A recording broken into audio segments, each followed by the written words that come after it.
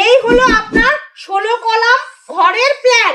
আপনার ঘরের এইখানে হলো আপনার মেন গেট। মেন গেটের এইখানে একটা বাথরুম। এইখানে বাথরুম কেন?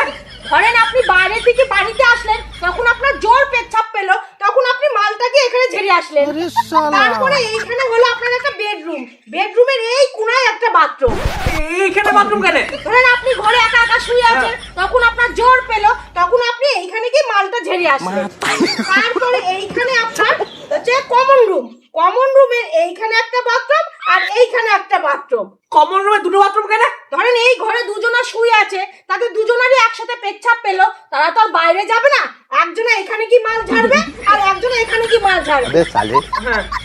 তারপরে আপনার এটা হচ্ছে কিচেন রুম। কিচেন রুমের এইখানে একটা বাথরুম। কিচেন রুমে আবার কে বাথরুম রাখে? আপনার বউ ধরেন এখানে রান্না করছে, রান্না করতে করতে আপনার বউ জোর পেলো, তখন আপনার বউ এখানে কি মালটা ঝেড়িয়ে আসলো, কি আবার রান্না করতে লাগলো। भाई यहाँ पे क्या हो रहा है भाई? তারপরে এইটা হচ্ছে আপনার ডাইনিং রুম।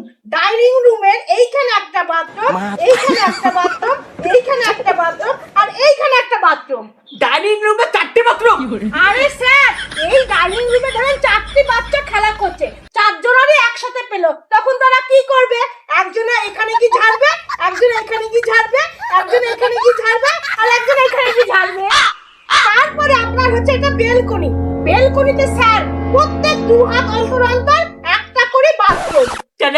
কারণ 16 কলামের ঘরে